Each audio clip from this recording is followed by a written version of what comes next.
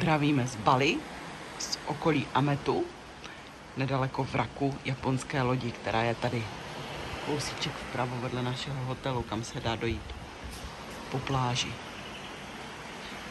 A tato část ostrova je zajímavá tím, že přímo tady v moři před náma jsou koralové útesy.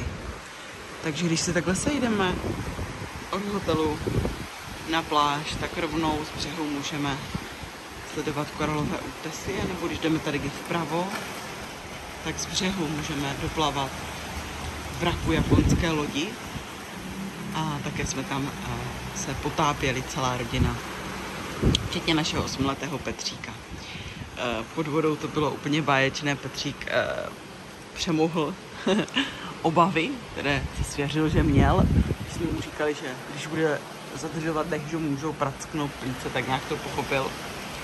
A říkal, když se vynořil, sundal masku, tak nadšeně vykládal o tom. Já jsem viděl rybu, co měla oči na zadku a já jsem viděl rybu, co vypadala jako meč a potom říkal u nástěnky, já jsem panovi říkal, excuse me, I look this. Jakože, promiňte, já jsem viděl tady tu rybu a on říkal, to je lionfish, taková kdyby jehličnatá ryba. No a je tady taky výborné jídlo, tady kousíček vedle nás na hotelu, tam to světilko, tam jdeme na snídaní. Otevřou jenom kvůli nás.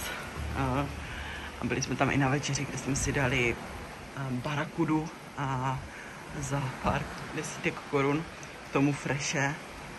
A Domča si zašel na masáž, my jsme tady večer ještě po západu, no jednak jsme tu byli na západu, jednak po západu, pozorovali moře, teplým vzduchem se nechávali ovývat.